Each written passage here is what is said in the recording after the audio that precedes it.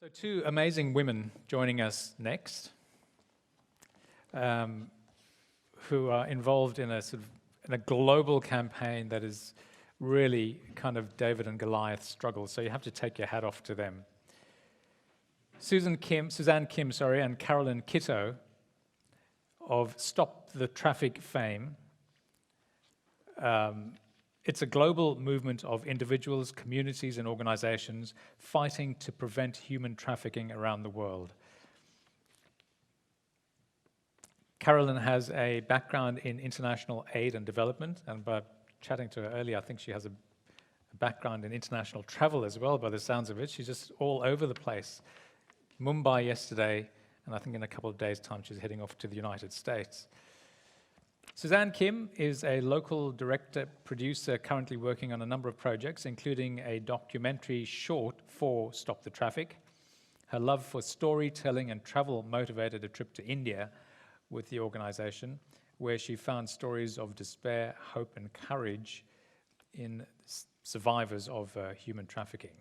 Suzanne made an important promise to tell their stories, which I think is really in keeping with the general theme of today.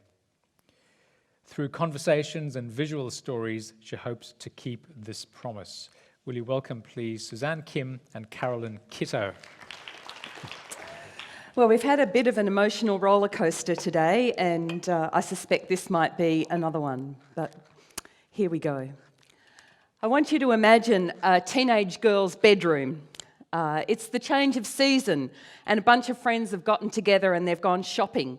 And they've also pulled out some of last season's clothes and decided to do a bit of a clothes swap. So the room is awash with clothes and colour and laughter, just like teenage girls should be. This is one end of the garment supply chain. Now I want you to imagine another teenage girl's bedroom. It's about the same size as the previous bedroom, but that's actually where the similarity ends. This is a room for 50 girls to sleep in, 50. Not all at the one time, because they're on a shift rotation of 12 hours on and 12 hours on off. But even with 25 in a room, they more or less have to sleep on top of each other. Some of them have learnt how to sleep standing up. 12 hours is way more than the legal 8 hours a day, and they are way younger than 18, which is the legal working age in India. But with the change of season, they're often required to work 16 hours a day or even to work continuously, as the fashion houses of London, Melbourne, Paris and New York demand fabric of a different colour or a different design to be ready in weeks' time. These girls work in the spinning, dyeing and weaving mills of Tamil Nadu, India. They are another part of the garment supply chain. This region is where 65% of the $115 billion Indian textile industry is located. Tirupur, the main city in the area, is called the Dollar City because it is where money is being made. And they say that you can tell the colour that will be worn in Paris by the colour of the river in Tirupur. This is not simply labour abuse. This is human trafficking. What is human trafficking? Well, according to the United Nations, it has 3 components to it. It is the recruitment of people through a methodology of deception, coercion, abuse of power or place of a person's vulnerability. And thirdly, having control over a person for purpose of exploitation. Recruitment. They call themselves agents, but in fact, they are human traffickers. They travel large distances to largely poor villages and offer to take 12 to 18-year-old girls. In return, they may offer a well or even a Hindu idol to the village.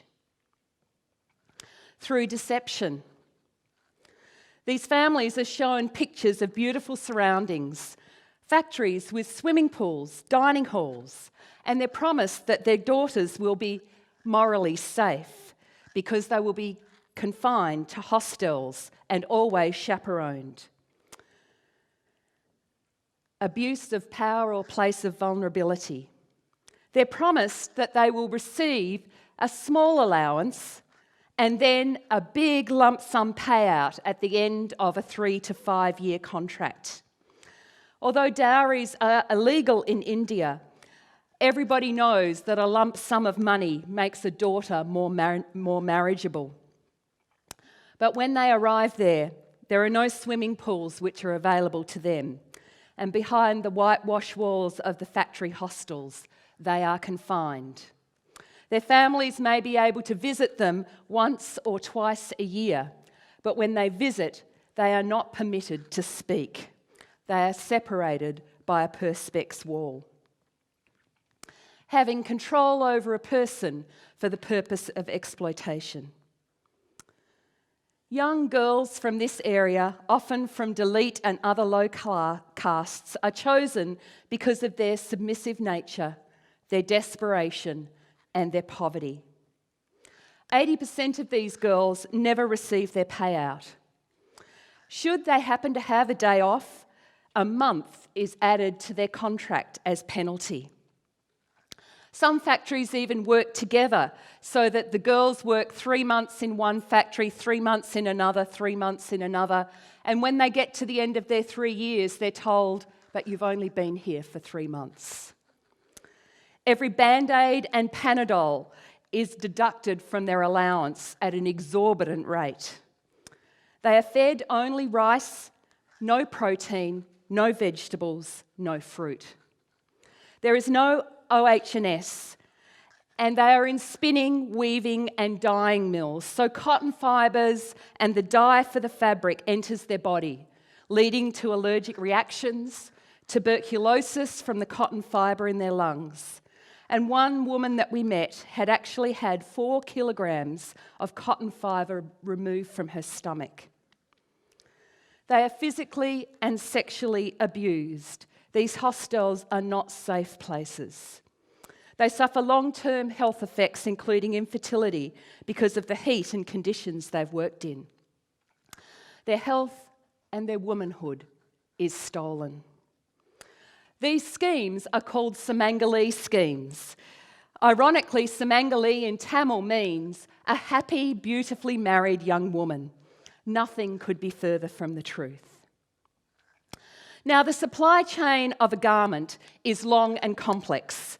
In the 9 to 14 stages, labour abuses and human trafficking occur to provide us, the consumers, with cheap and rapidly changing fashion cycle. Now, certifiers who look for labour abuses look largely at the planting and harvesting end of the supply chain. Retailers and fashion labels, if they look at all, look at the end closest to the rack. It's in between these two ends of the supply chain that we find these abusers. Not one of the dozens of women we spoke to when asked what they wanted to happen asked for anything other than they wanted their story to be told. They didn't ask for compensation. They didn't ask for health treatment. They simply asked for their story to be told so that the Sumangali scheme would end. And so we have returned to Australia to tell their story. Thank you, Carolyn. Is my mic working? Hello? Yes. Yeah. Working now? Well, thank you, Carolyn, and thank you so much to BOLDtalks for allowing us to share our narrative and our stories today, because what an absolute privilege it is to do that. And so I wanted to thank each and every one of the speakers here today for inspiring me with their stories. And I think that's what it's about, really, isn't it? It's about inspiring each other and keeping conversations going so that we can encourage and inspire each other to play our part in humanity. But I wanted to thank you, the audience, for being here, most of all, because you've given me and Carolyn an opportunity to keep a promise, because we made a very big promise to a very important group of women who we met on our travels to India. So I wanted to take you back to the day of the day we made that promise. So I don't know who here has been to India, but this was we took 2 trips to India this year, and both trips it was extremely hot, so hot and humid. And Carolyn and I were complaining on a bus that we were travelling on for 3 hours on rocky roads, and we went to this place in Tamil Nadu, which is in the southern part of India. And when we got there, we found 12 women, and they had been sitting there in this heat. I'm talking 30, 40 plus heat. And they had waited for us for 6 hours. We didn't even know that, and here we were complaining about a 3-hour journey to get there. But they were waiting for us for 6 hours, and why were they there? They were there just purely to tell their stories. And these were horrific stories, and I honestly didn't know what to expect when I got there. But when we got there, they rushed out and they all greeted us with smiles, with genuine hearts, and words that were so powerful that it will impact me forever. And in amongst these smiles, I noticed immediately when I saw these women that they all pretty much had swollen faces and swollen hands. And these were an effect of the hazardous conditions that these women work in. And immediately we sat down, and I could tell, women love to talk. So these women were no different. And so you could immediately tell who were the women who were quite vocal and who were the women who were more expressive in their body language, and they sat silent. But their expressions were just as powerful. And when we heard stories after stories of abuse and mistreatment, and when we thought, and we often say this, Carolyn and I, we thought, this can't get any worse. And we just looked at each other and went, yep, it just got worse. And the story that Carolyn just touched on was one woman who had told us that she just felt sick all the time, and she ended up not eating anymore because she never felt hungry. And now I don't know what the medical reasons, I'm not going to debate that at all, but later on, she found out that she indeed had 4 kilos of cotton fibre in her stomach. Now, I don't know how that works. Obviously nothing I've experienced before, but if you have 4 kilos of cotton fibre in your stomach, it's going to be full, and you're not hungry, and you don't eat. And when you don't eat and you don't get nutrition, you get very, very ill.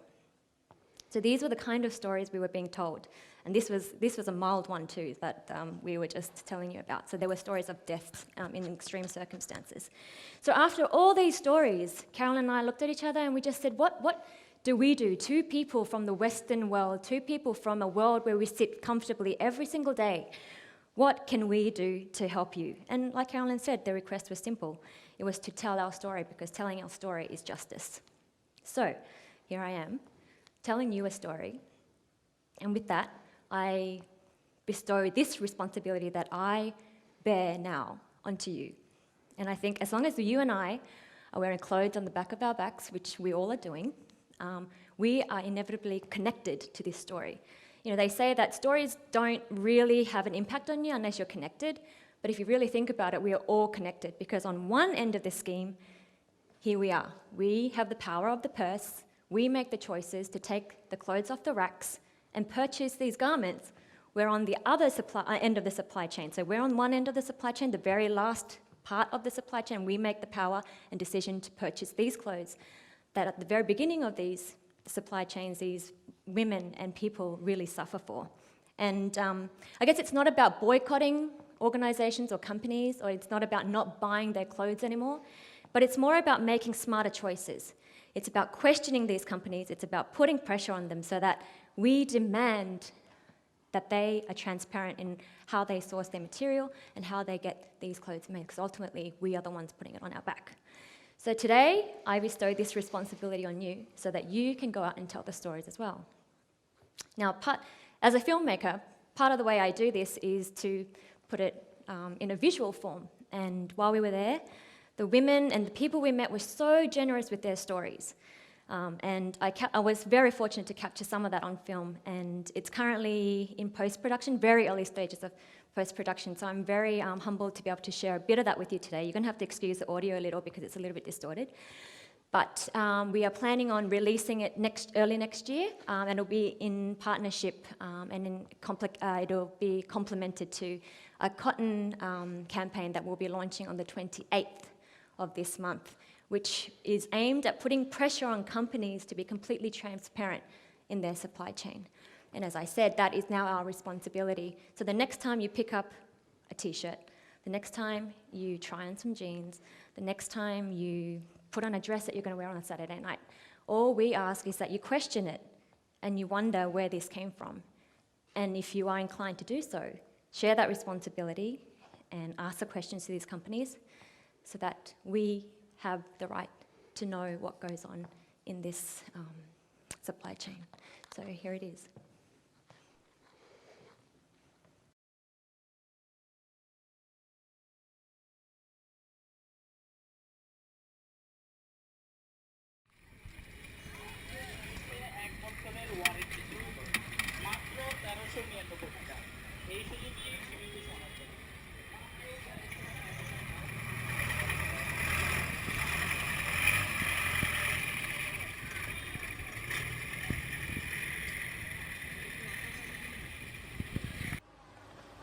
Today we're planning a rescue operation that is going to try and rescue 50 girls who are being trafficked from a village called Pavgada.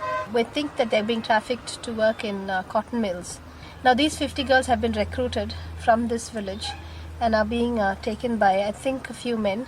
We still don't have a confirmation of who's traveling with them, but we do know that 50 girls are traveling, and we're here to try and rescue them before they are taken on a train.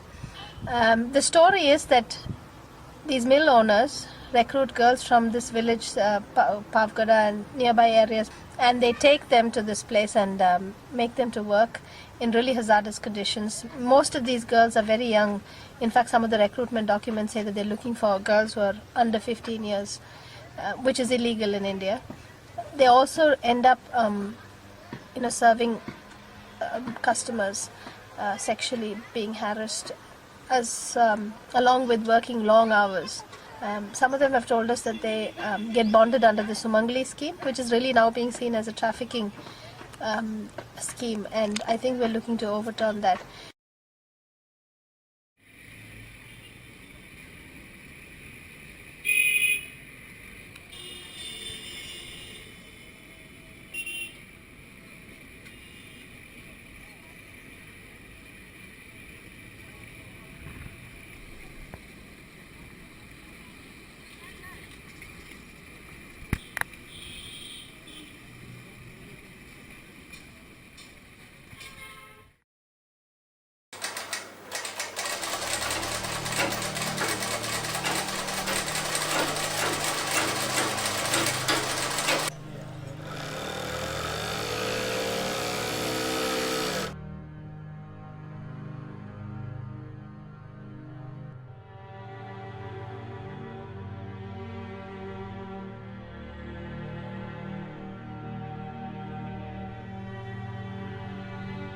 నీ పేరేం పేరు? చైత్ర.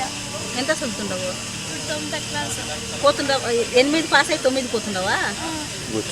సరే, నీకు ఇష్టమా పోయే పనికి? డబ్బులు తెస్తారా? సోదరికి డబ్బులు తెస్తారా? డబ్బులు లేదని పోతావా? మళ్ళీ నేను ఎవరు తోలుకొని వచ్చినాను ఇక్కడికి? నాకు అన్నలు వచ్చింటే అన్న నేను వస్తాను అంటే సరే పప్పయ్య వెళ్ళు అంటే. ఏం పని అయింది అక్కడ? దూద్ పని, అంత దారాలు వేడి చేసే పని. పోయినా ఎప్పుడు నా పనికి? అప్పుడే పోయి వచ్చిందా. Human trafficking is the fastest growing crime around the world today. Trafficking is only about one thing. It's about money. So a trafficker can make more money out of a person than out of anything else.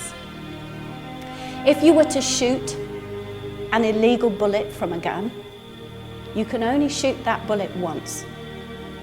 If I was to take an illegal drug, I can only use that once. But if I were to take a person, a boy or a girl, a man or a woman, then I could use them again and again and again. I could use them 30, 40, 50, 60 times a day. And that all makes money.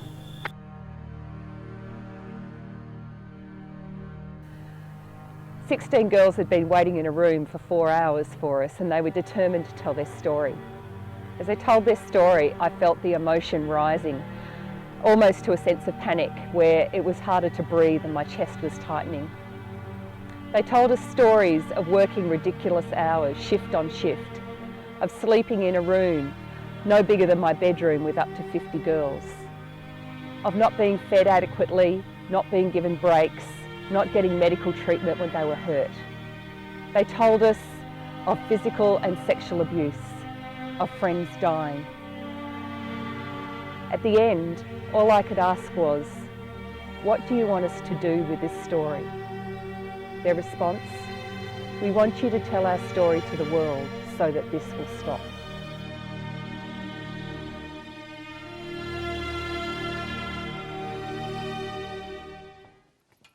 I want you to remember that word, Samangali, because we want these young women to be what that word means: happy, married, fulfilled.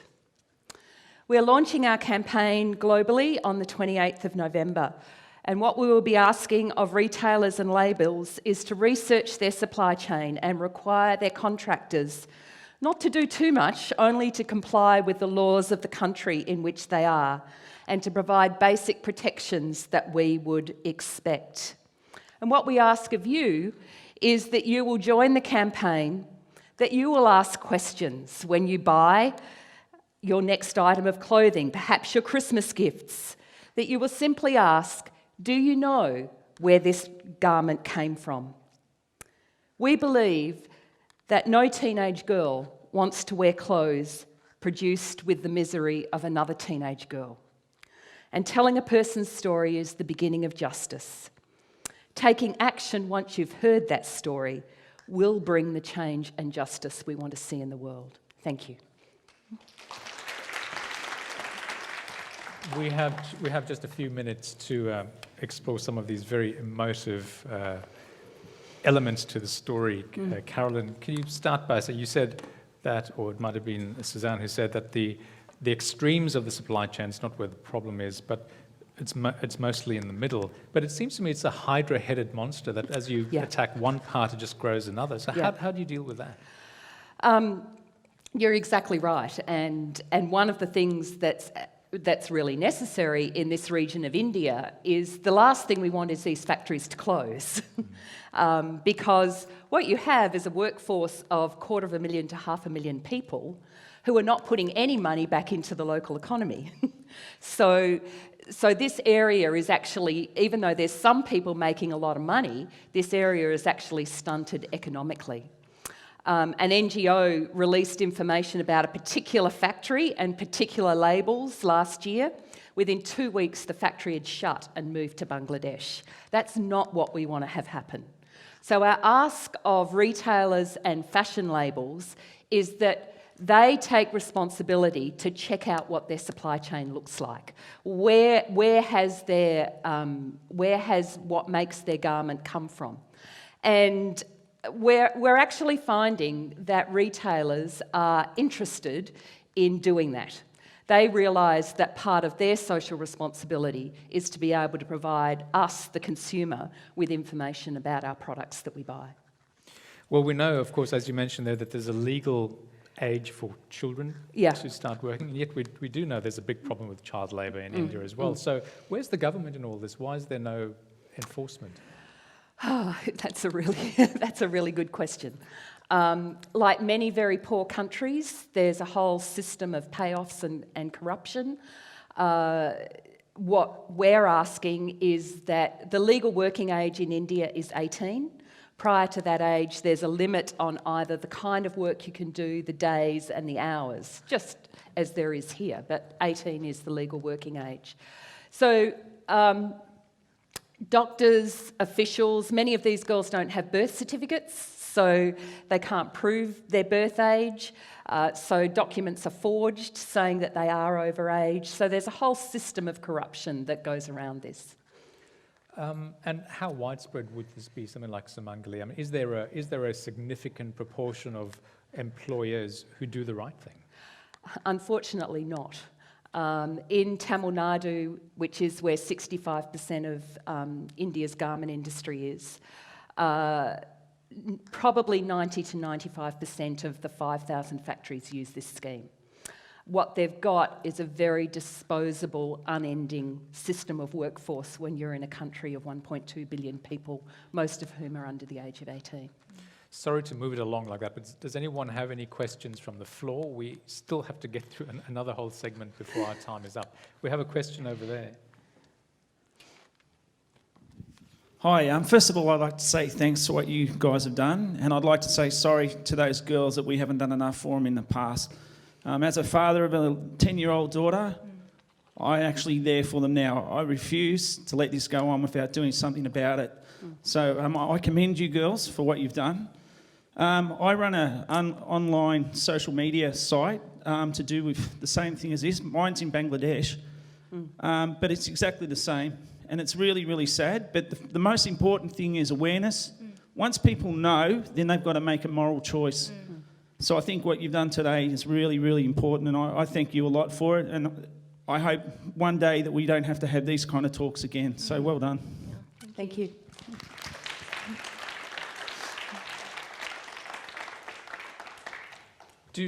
Are people receptive? Are they truly receptive to this idea? Because, you know, I think, and this is something that was raised by Simon and Anjali before, people are motivated by price, and they're going to go to the outlet that is going to give them the good price, aren't they?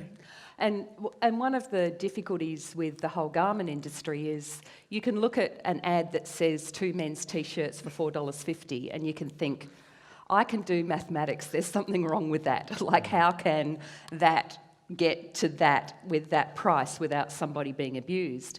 But the reality is you can buy a T-shirt for $150 and it can have the same abuse in the supply chain. After the Rana Plaza disaster, the fire in Bangladesh, where there were Australian companies whose labels were in that factory, a survey was done of Australians and they were asked, are you prepared to pay more if you know that there has not been human rights abuses in your garments?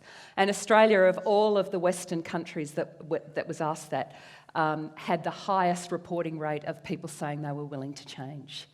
I think people are willing to change, they're willing to pay a little bit more if they know how they can do it, and this campaign's about getting them that information so they can make that change. And it's about having ongoing conversations and dialogues and continuing, like I said before, to encourage each other and motivate each other to keep being educated and being aware of these issues so that we can make an impact together. Yep. And then how would we know for sure if we ever get to this point where fashion does become traffic-free, how would we know that moment? That's a really good question. And at the moment, with garments and fashion, there actually isn't a perfect choice that I'm aware of. So just because there isn't a perfect choice doesn't mean that we shouldn't choose to make a better choice and make the options that are available to us better. Okay, any more questions from the floor before we wrap up? Okay, thanks very much, Carolyn and Suzanne. Thank you. And the choice is yours.